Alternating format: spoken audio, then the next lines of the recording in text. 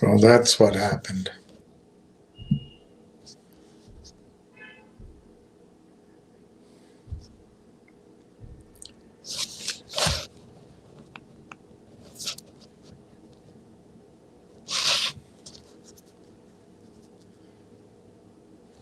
What? Why isn't this working? That you have, you just gotta. It goes out the other end.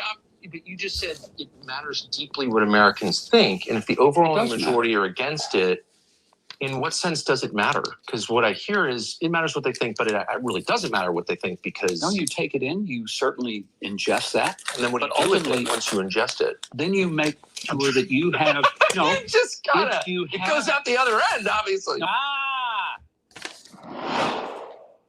If you haven't seen Tucker Carlson's full interview with Mike Huckabee, the United States ambassador to Israel, you should, because it will make you feel humiliated, and then maybe that will make you want to revolt against your leaders.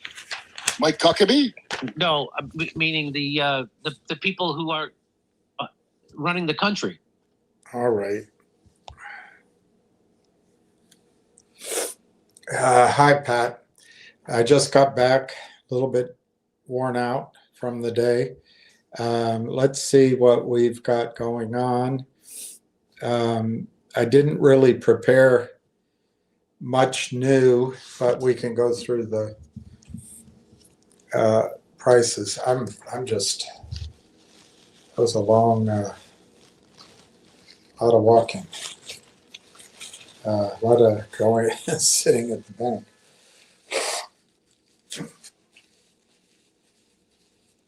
But all good, I think, all good. Let me see if I can move this thing down here so I can get some quotes.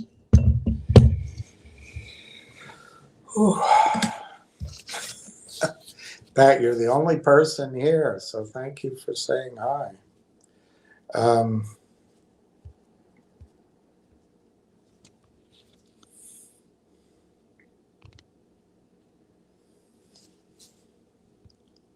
I tried to watch the president last night.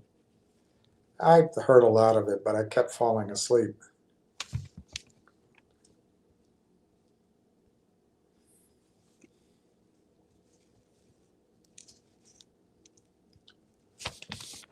One thing I really don't understand, it almost makes me want not to be a Democrat anymore, is how you can allow a government, a teacher, a school, a state, to take your child away and physically attempt to mutilate them into having a different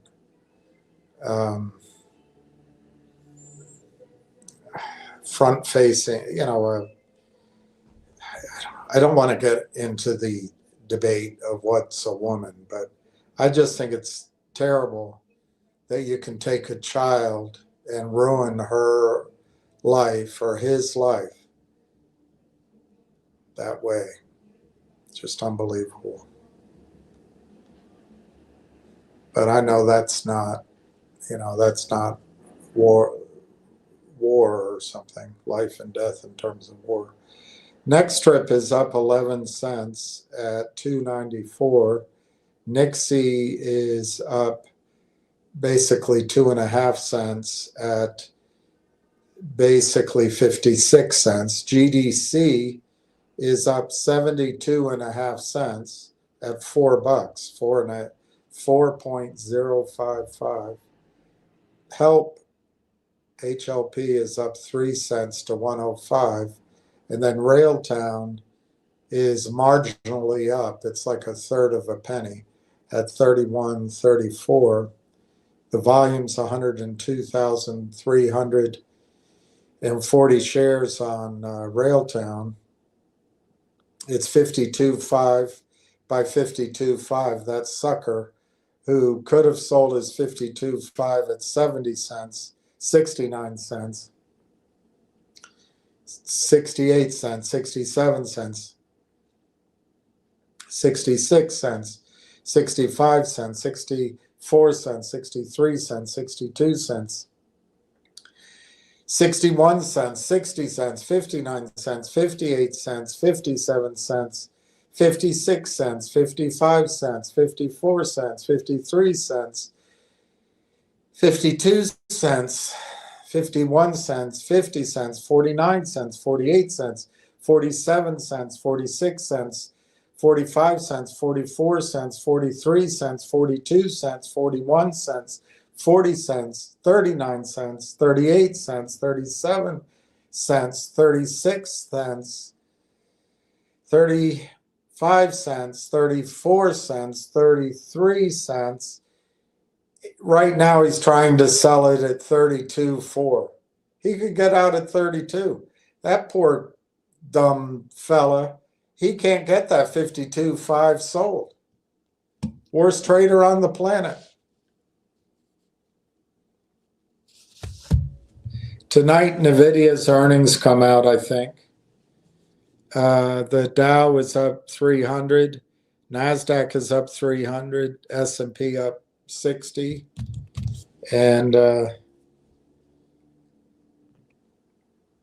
don't think we're at war anywhere.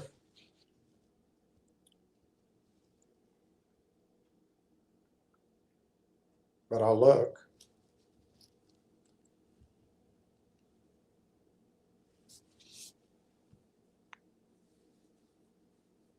Ordinary Americans are furious at Trump's claims on prices. Really? I didn't notice anybody.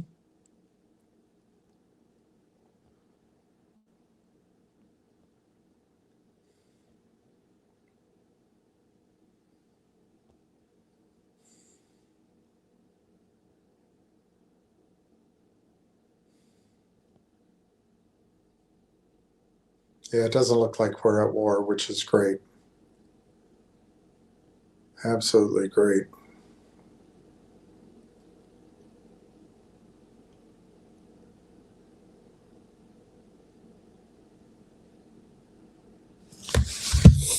All right, so 2 people are listening and they're both named Pat. We're at 18,050,000 shares. And there's not much to update today. I did learn, I don't know if I learned, but that Fire IX and Railtown, they do different things. My question wasn't so much, do they compete with each other in the sense that they're going to take over? I get that one is down more organizing GPUs and it's more mechanical than software. But I just wonder how revenue gets shared. That's kind of where my questions are. If you've got 100 cents of shared revenue and you've got Railtown, FireX, Cohere maybe, or one of them, and maybe 1 or 2 others, how many of those pennies or cents go to Railtown? Does it? I don't know the answer. I would imagine it's profitable for NVIDIA as long as NVIDIA nets at least half to 60 cents out of every dollar of revenue.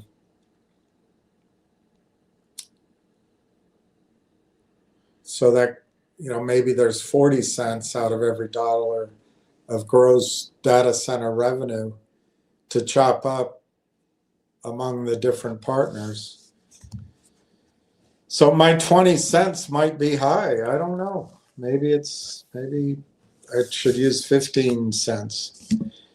Regardless, whatever it is, it's net profit for Railtown. It's going to be growing quickly.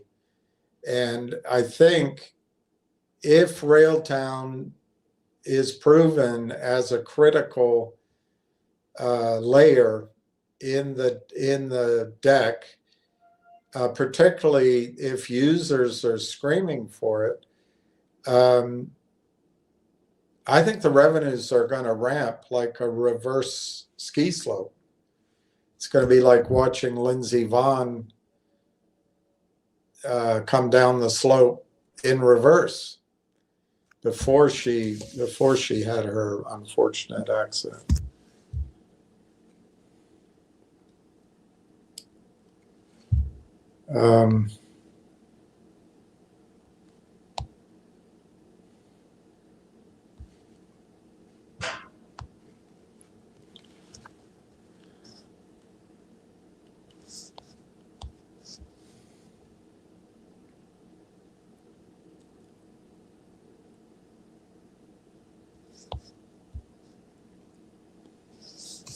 Yeah, this news is all boring.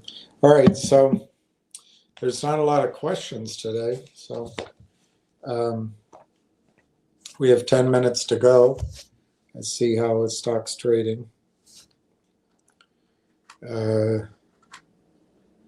Still up about a third of a penny, 31.34, and the volume is still unchanged at 102,340,000. Last trade is 1,000 shares at 31.34, and that's kind of where we are. One thing I picked up from that speech last night, which might be me just believing my own theory, but he emphasized that as these hyperscalers build data centers, they're going to have to build their own energy grids, basically. He doesn't want the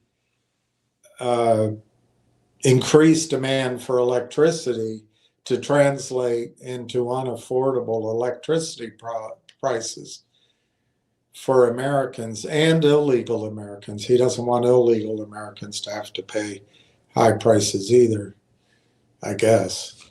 They're not illegal. They're newcomers. But what comes across with that at its most basic level, there's going to be a lot of demand for copper, as an example. There's going to be a lot of demand for oil and natural gas. These miniature nuclear power plants are going to be in demand. I don't trust them, but it's going to be unstoppable, the demand for energy. Well, that fits into higher commodities prices. That's the one thing I came away with. All right, so there's 7 minutes left.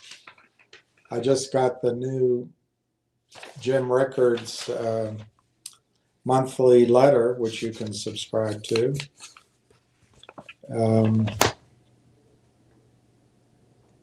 He's talking about national security.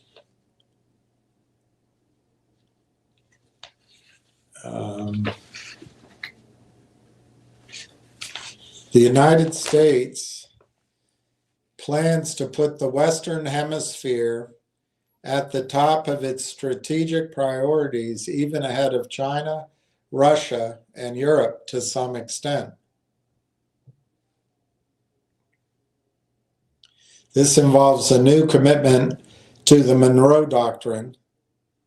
The original Monroe Doctrine, declared by President James Monroe in 1823, says that the Americas are off limits for European colonization. Well, that's Greenland. And I guess in a way that's Canada. It also says that European interference in the Western Hemisphere would be seen as hostile. The Monroe Doctrine was expressed at a time when Latin America was in revolution against the Spanish Empire. The concern in Washington was that instability and power vacuum in Latin America would create opportunities for colonial exploitation by European powers. Monroe's message to Europe was keep out. In 1904, Theodore Roosevelt expanded the application of the Monroe Doctrine. 5 minutes to go. The Roosevelt Corollary said that the United States could intervene in Latin America in order to maintain stability. President Monroe kept Europe out, and Roosevelt invited the U.S. in as needed to maintain friendly, stable regimes in the Western Hemisphere. Now, the 2025 NSS offers, I guess that's the national security statement, offers the new Trump corollary to the Monroe Doctrine. It says that foreign powers cannot own or control key assets or supply chains in Latin America. This new corollary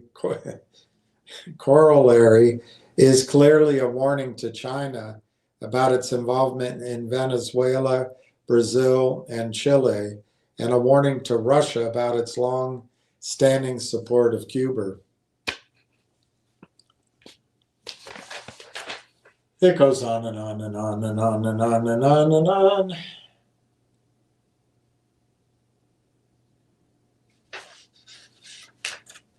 Trump returns to what made America great.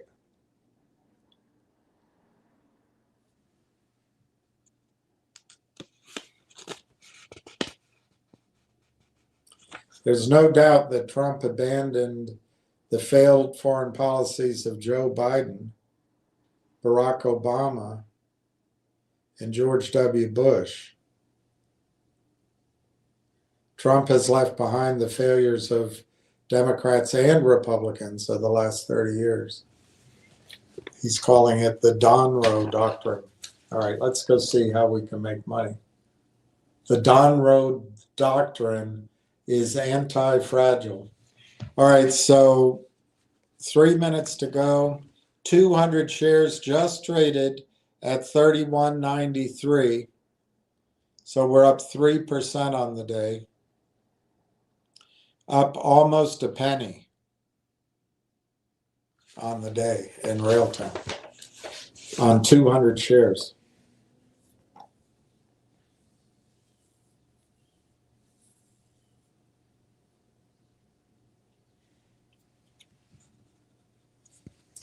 This article seems to be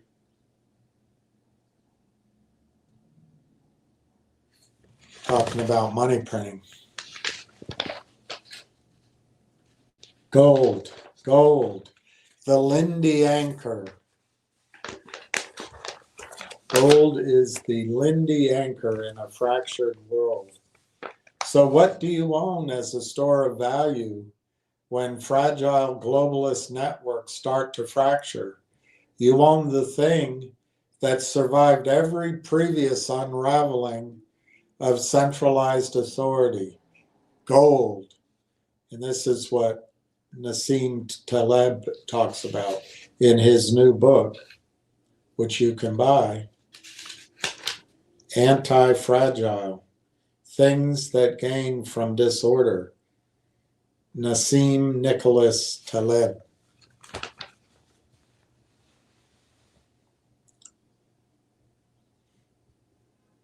So what is the Lindy effect? It's the idea that for non-perishable things, ideas, technologies, cultural practices, their future life expectancy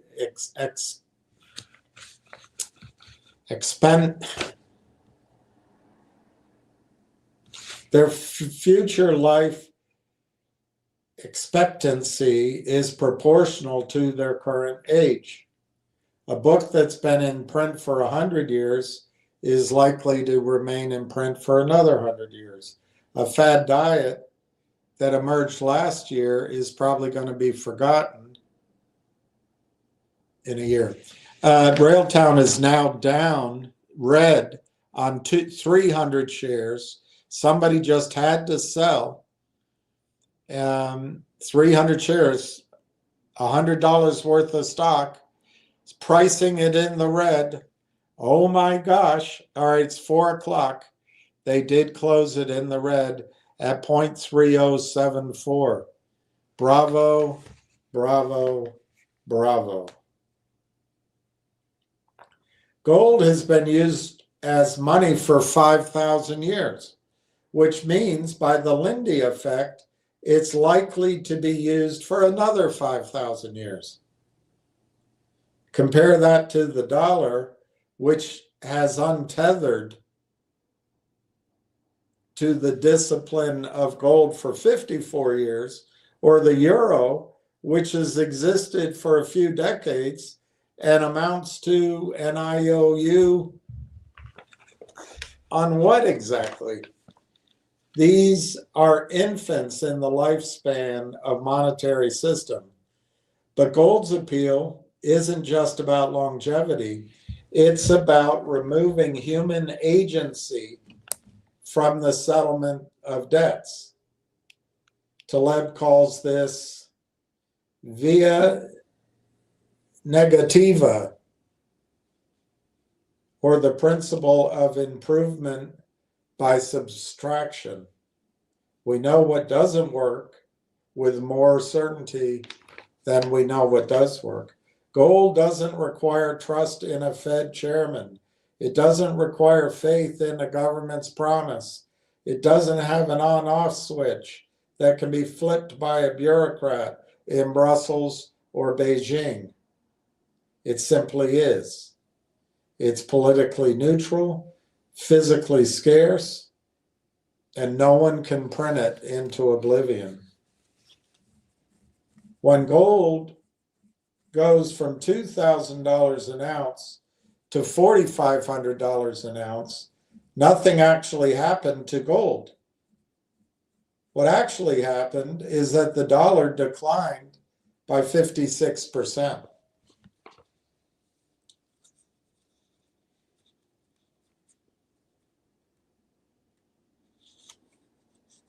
They said here the chart, the blue shows gold, the black shows the dollar.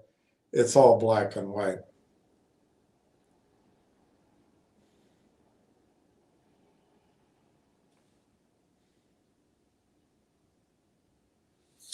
All right, so that's enough on gold. He likes Nova Gold, America's largest gold mine waiting to happen. The Donlin project in Alaska.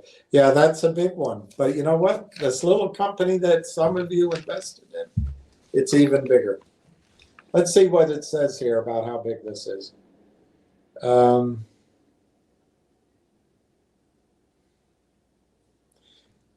Nova Gold Resources has the flagship Donlin Gold project in Alaska. It's a generational asset sitting on 39 million ounces of gold in measured and indicated. So that's not all proven. It's proven and possible, or proven and probable. It's one of the largest untapped sources of high-grade gold in a safe Western jurisdiction. Well, guess what? The company you invested in, which I was working on all day today, not that I was that effective, a lot of it was getting there, but the project you invested in,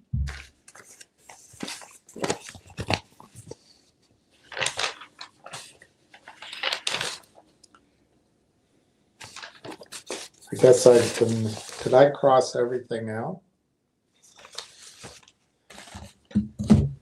I can't give the name of it. Let's see if I can highlight. Let's see if I can highlight.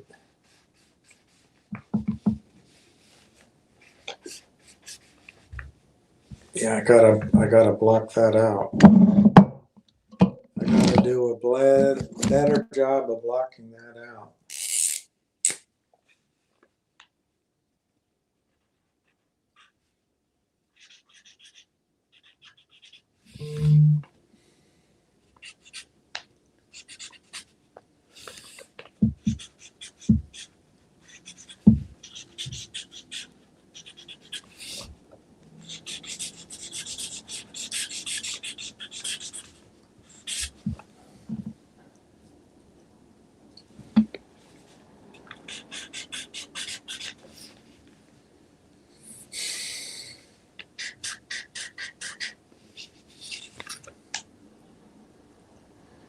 I don't know, I think I blocked everything out.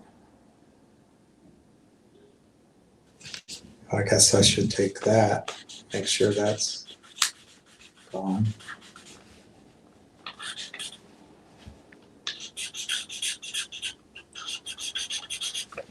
I'm making a mess of everything.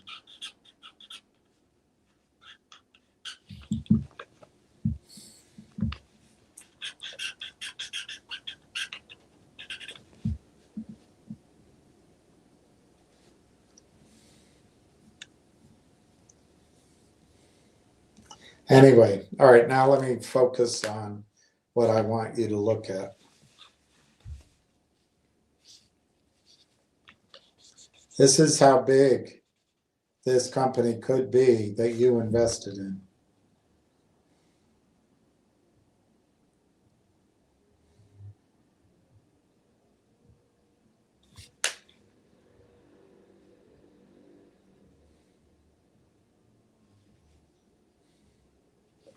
Okay, so I blocked out everything. In about 15 years ago, they discovered 6.6 million ounces of gold using caustic fusion coming in here.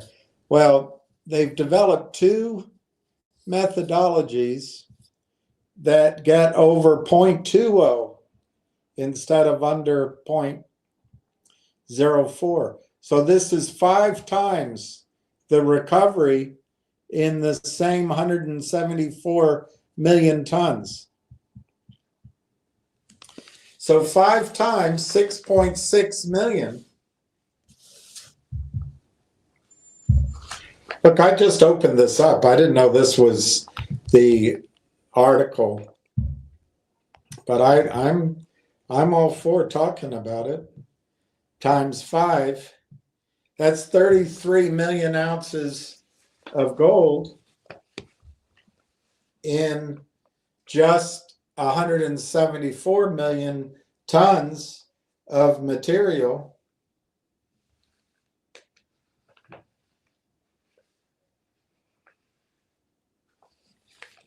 And you see Nova Gold, Donalyn is a generational asset with 39 million proven improbable. So it's not all proven until they start producing. Donalyn could become America's largest operating gold mine, producing 1.1 million ounces annually for 27 years. Let that sink in. We're talking about a domestic gold supply that dwarfs nearly every other project in North America, located on private land owned by native corporations under the Alaska Native Claims Settlement Act of 1971. And TELUS is providing their internet as a community service to the indigenous population. The permitting paddles are behind us. The federal and state permits are in hand. The legal framework was established 5 decades ago. Grade is king. So they get the average grade at Donnellan is 2.24 grams per ton. So I just got to figure out grams to ounces.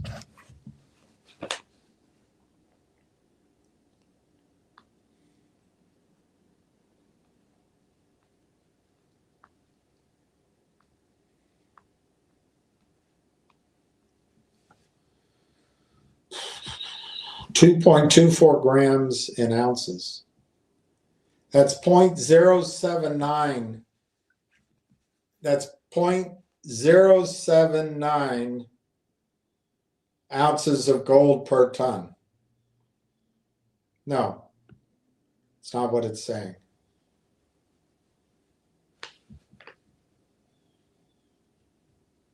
No, it is what it's saying. So the average grade at Donnellan is 2.24 grams of gold per ton. So that works out to 0.079 ounces of gold per ton. That's double the global average for comparable deposits. The cost is $635 per ounce. So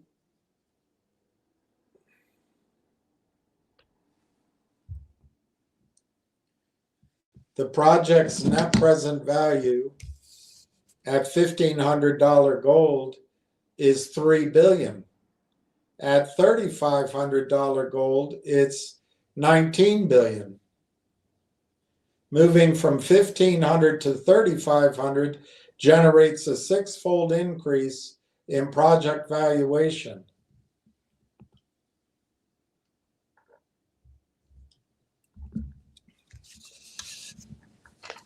So a big hedge fund manager, Paulson and Co., bet on it.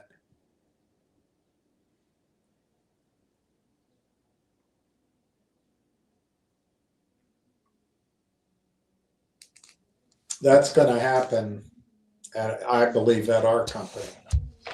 So let's just use those numbers. Now, I showed you that at 5x down here, this gets to 33 million ounces. But you know what? The number is actually closer to 0.25. The project that you invested in, if the new processes that have been worked on for several years, if they do indeed work at the pilot plant level, and frankly, today I got confirmation that they do. That doesn't mean, it doesn't mean all the risk is out of it, but it's good for me. They actually get closer to 0.25.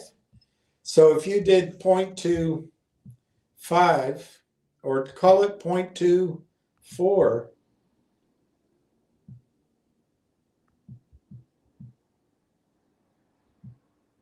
that's 6 times.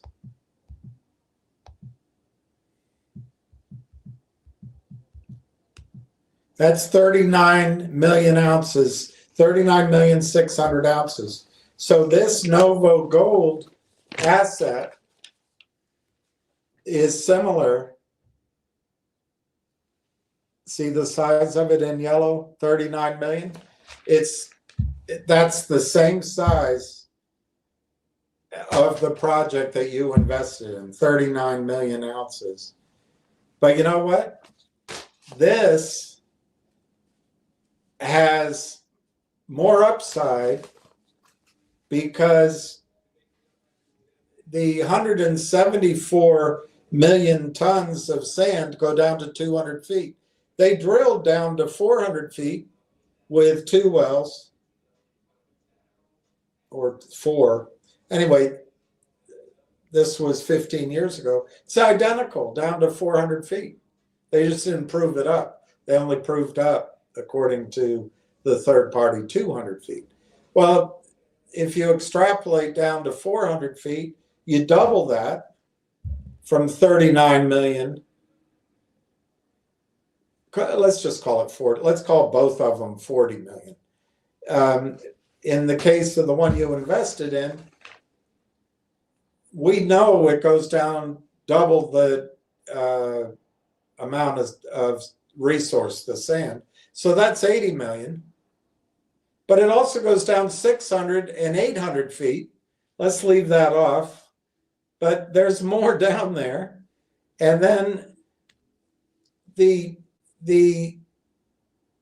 so your 174 million tons, you double that to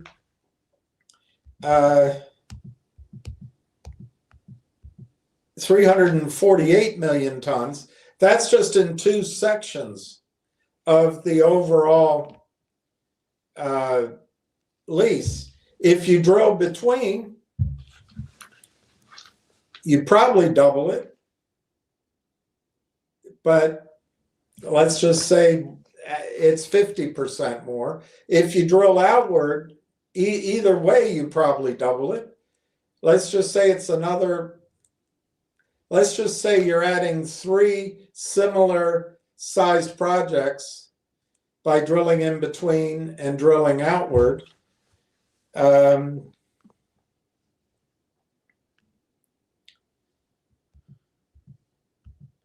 You've got 1.4 billion tons of sand times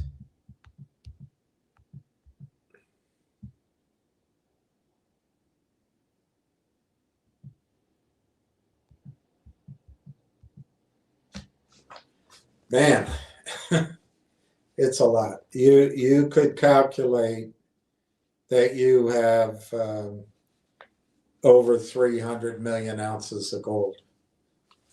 This project you invested in has massive upside beyond just the improvement of the grade from essentially 0.04 to 0.25 ounces of gold recovered, which is huge.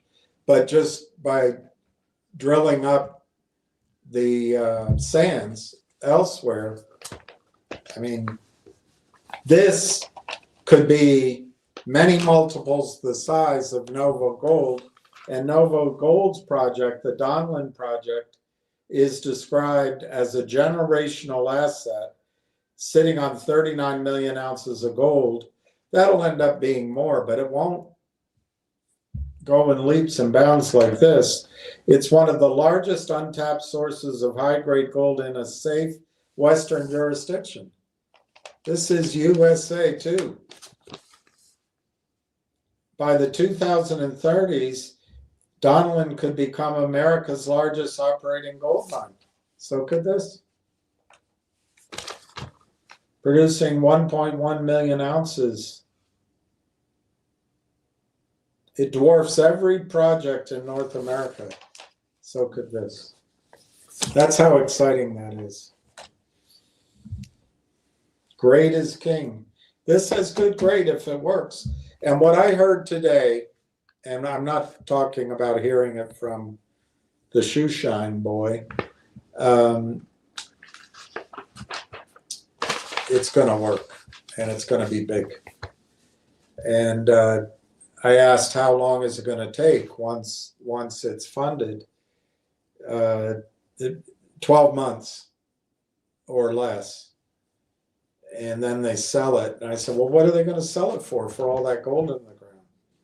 The answer was a fortune. It's going to sell for a fortune. My guess it'll be Barrick Gold and Newmont buying it. So Nova Gold, they're expecting a 7x return on it.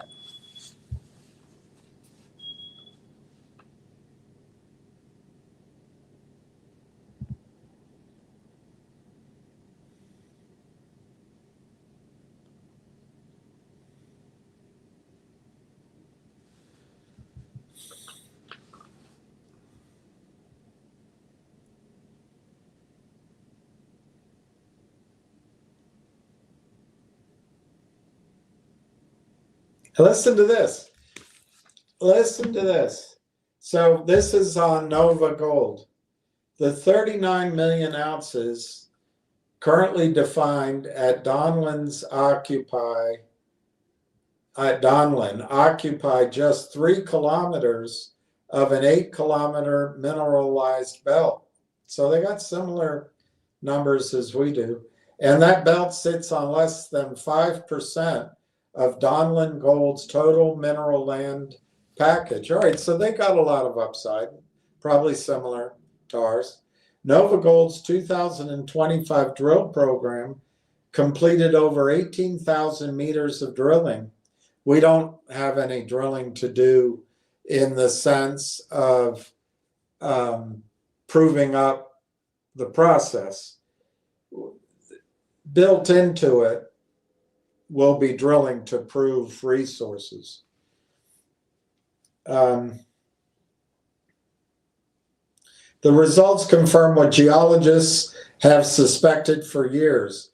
Donlin's 39 million ounces are just the beginning. Same here, same here. But listen to this. This is reminiscent of Franco-Nevada's legendary royalty on Barrick's Gold Strike deposit in Nevada. What started as a modest resource blossomed into 50 million ounces of gold production over decades of aggressive exploration. Donlin offers the land optionality that sophisticated investors hunt for and the upside that's yet to be mapped. At 3,500 gold, Donlin generates $50 billion as an estimated stream of future profits. Plug those numbers into the one you bought, and you're not paying. Donlin, Nova Gold's $13 a share. You're not paying that. Well, I like that story. I like that story.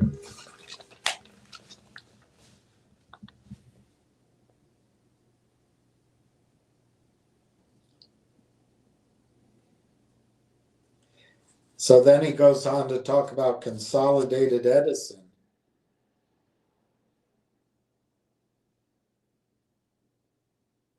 Because of AI.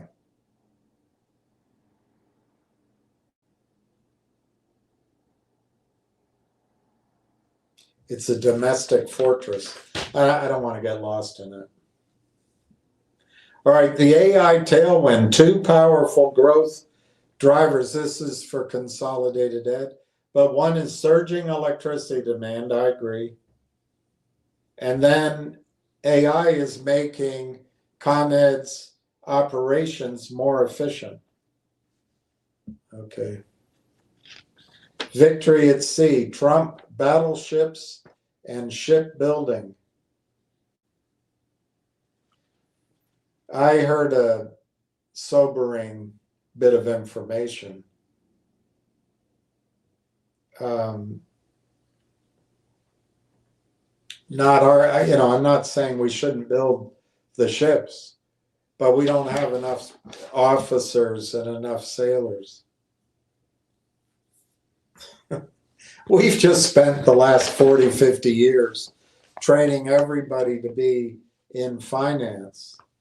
And the pendulum's going to swing the other way. All right, so Rickard's top 5 buys. Nova Gold, NG, I like it. Agnico Eagle Mines, I like that one.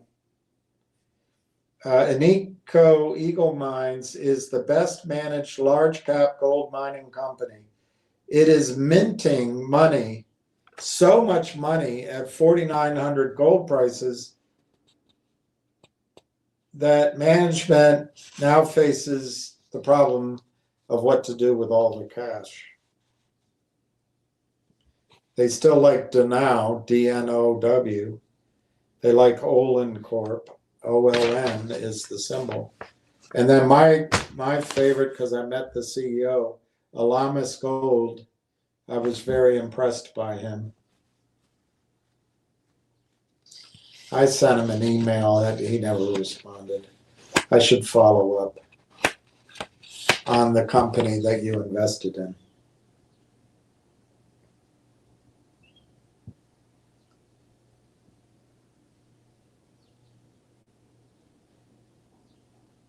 He's got an interesting article on baby boomers. I'll save that for another time.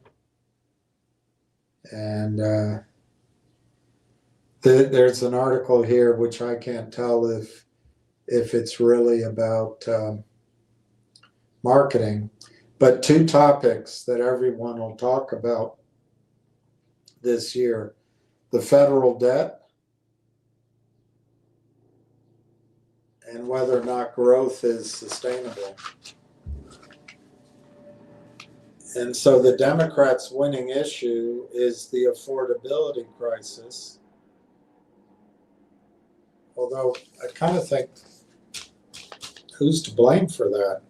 And then the final paragraph of this piece, which you can subscribe to, is right here: $100,000 gold.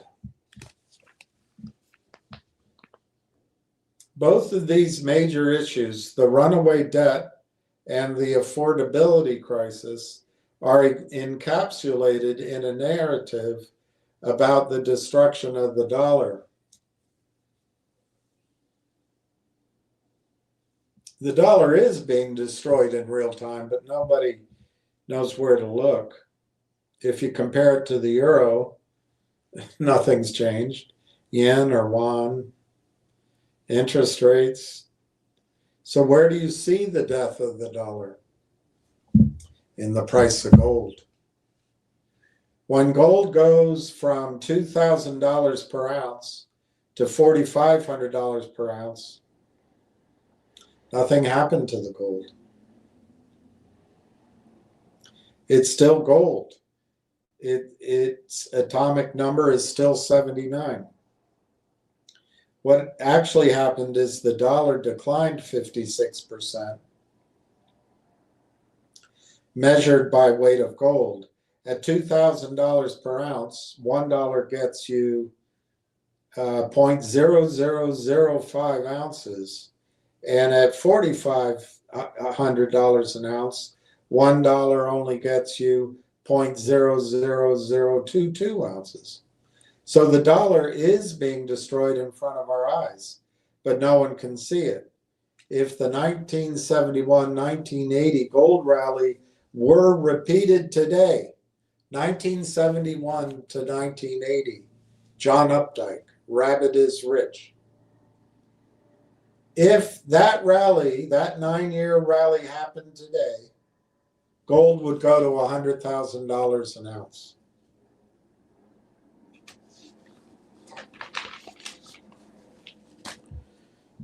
All right. Oh, let me see what everybody's saying. I'm worn out. That was a lot of walking today. It's a big city to walk in. What's our total? It's 18,050,000 shares. 18,050,000 shares. It's a pretty big deal. T. Alex, hello everyone. Julius Quim, I believe in Railtown. Yeah, so do I. I'm not trying to tell you I don't believe in Railtown. I've run out of things to say about Railtown.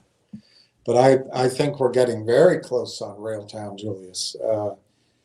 I think it's reasonable to expect that the heaviness will rule the price for the next 2 days anyway.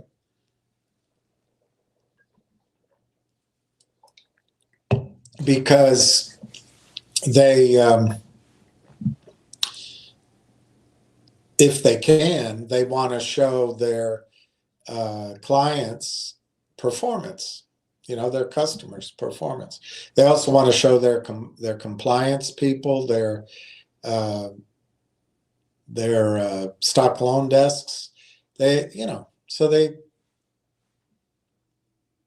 and maybe they're bonuses, I don't know. But Friday's the end of the month, so I would expect pressure. Next week, they may keep it up just to see if they can still skim some profits. But I really think as we get close to that conference in the middle of March, I think our waiting game is over. Well, we'll see if I'm right. We'll see if I'm right. T. Alex, Fuel iX serves as the enterprise-grade generative AI platform for managing and monitoring applications.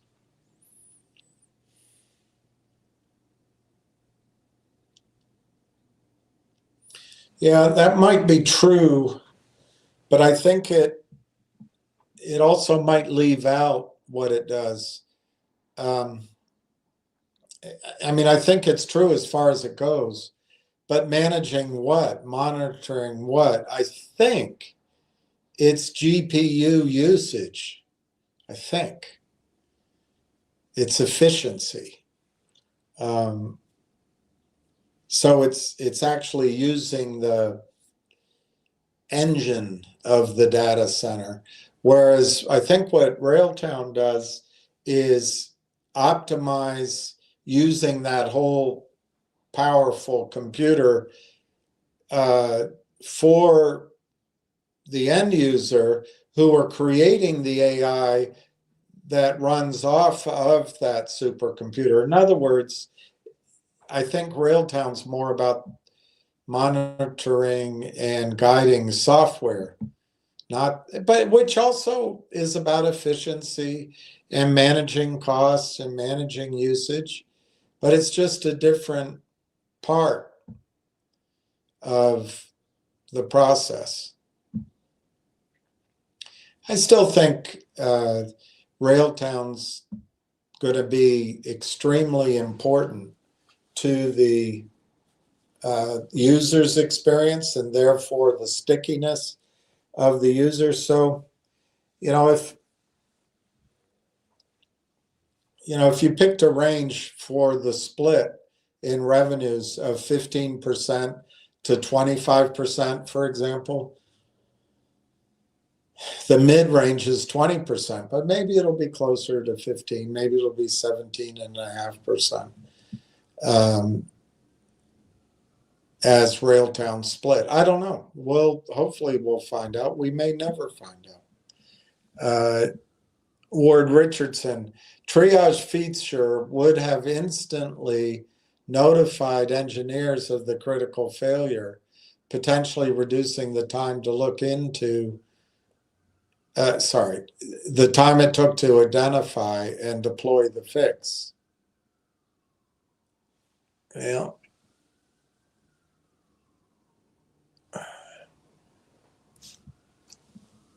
I don't know which, I'm missing where Ralph Fan, finger up by 10%. I wouldn't get excited by it. All right, so I guess that'll mean next trip drops off. Finger. Yeah, for the day it was up 9.82%, closed at 123. After hours, they took 2 cents off at 121. The volume's pretty high, 250,000 shares. I don't know, maybe something's going on there or not. As far as I know, it's still a company that doesn't make money. It's doing about 35 million in revenue. It's got a market cap of $70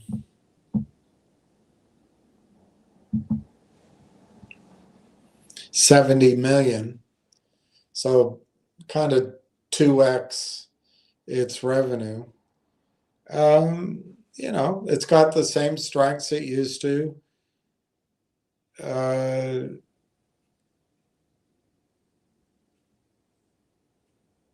Maybe, every spring it seems to have a run. So I wouldn't say it's impossible that it has a run, but I just really caution. They need to raise money. And Ralph, when's the last time you saw Finger raise money above the market? When's the last time you saw Finger raise money at the market? If they had to raise money today, they had to price it tomorrow, it'd probably get priced at $1 or lower. So personally, I think we got to see what's going on with a potential financing. That group, Flaherty, or whatever it was, I looked it up, seems like a legit group, doesn't seem like hot fly-by-nut money.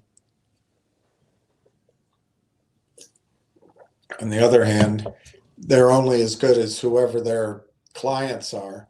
And if they just create a flow-through document that goes to, short sellers,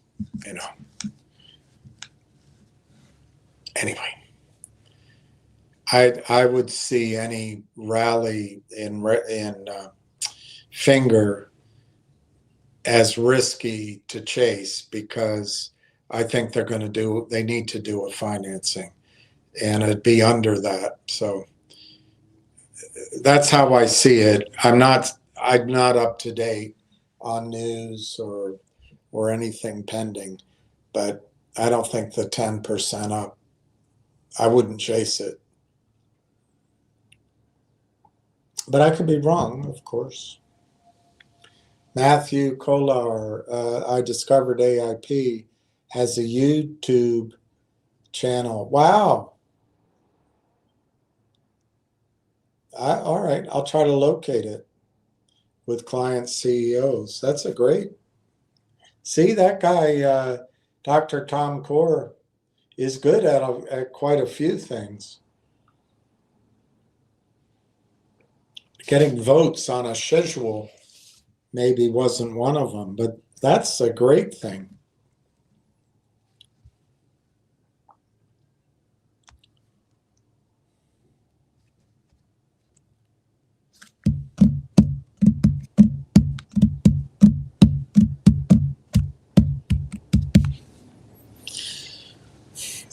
Alex, both products support Telus' providing secure by design AI. Fuel IX customers can accomplish models and tools running on Sovereign AI Factory, which now includes Railtown's developer capabilities.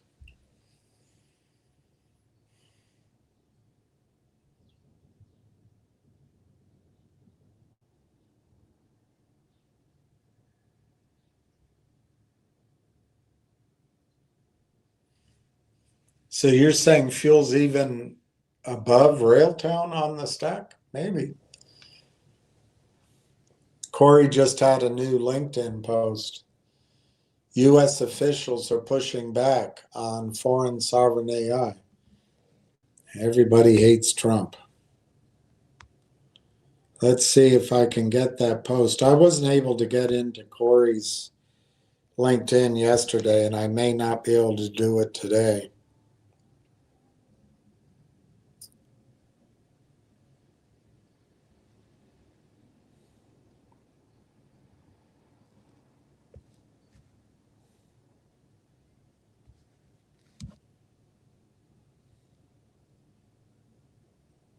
It's not letting me. I'm trying.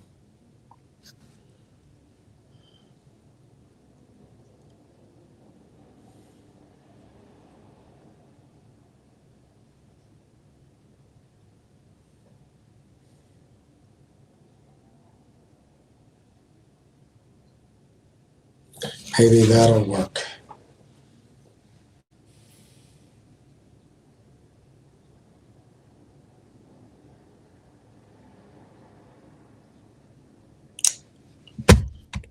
The login attempt seems suspicious.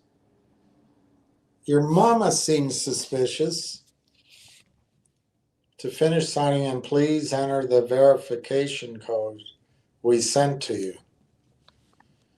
Oh, Lordy, why does everything have to be a pain? Why does everything have to be a pain?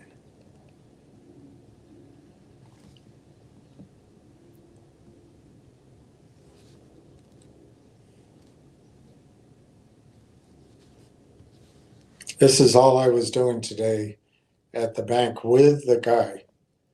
Nightmare.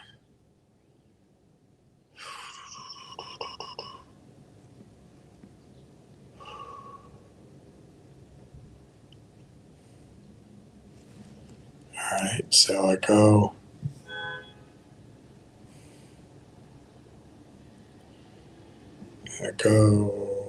like this,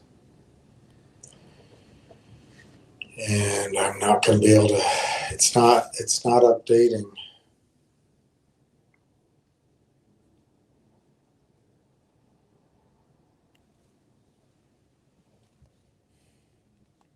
So let me go here.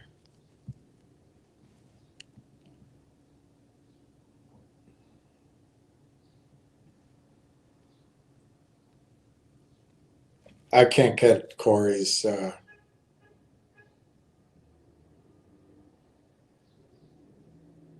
I can't get Corey's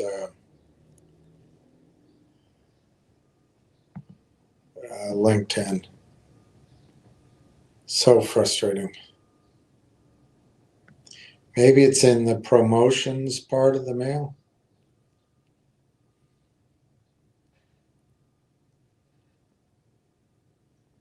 No. Social? No. Primary? No. I can't get into Corey's. I got to spend some time figuring out how to sign into LinkedIn. It used to just automatically open, and now U.S. officials are pushing back on foreign sovereign AI. Yeah, it's it's obviously a national security and economic power, and I would also imagine that AI is a threat, probably even more so than crypto, to the control that banks have over everybody. So maybe that enters into that data question. I don't know. It's frustrating. Sorry, I can't get. I just can't get it. I was at the bank for about an hour and 15 minutes, I think. This is all it was. So it just, to the point my head was pounding. And it wasn't me. The guy, the officer was right there.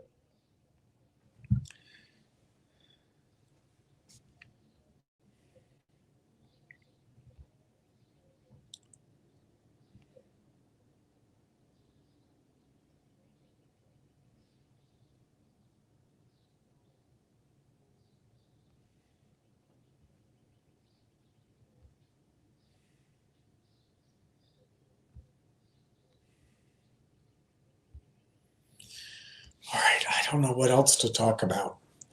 It's 4:43, so that means I've only been on for about an hour, but I just don't know what else to chit chat about. I am going to follow up with people who indicated interest in this I don't know, this round for the gold company. And I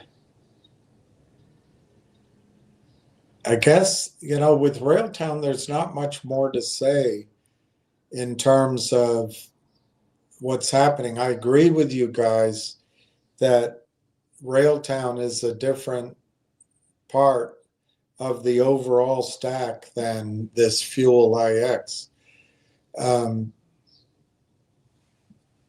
I just wonder how many revenue sharing deals. I mean, maybe Fuel IX isn't paid on a revenue sharing deal. We just don't know all that information. I think we'll get a pretty good idea soon when the first research report or second research report is written.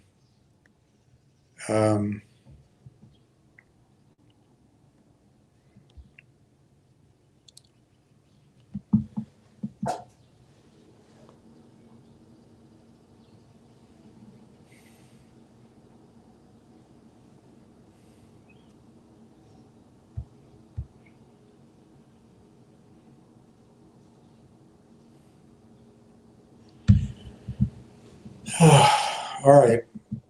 I've run out of any creativity, so I think I'm going to sign off, and we'll try again tomorrow. Hopefully I'll be able to start around 1 or 2 o'clock, and I won't be tired, and I'll have some more energy. I think it's a good week, good day. I'm excited about what's ahead in the very near future. I'd say less than sort of 2.5 weeks away, 3 weeks away. So, or sooner. So with that, I think I'll sign off and wish you all, to have a good evening, and we'll chat tomorrow.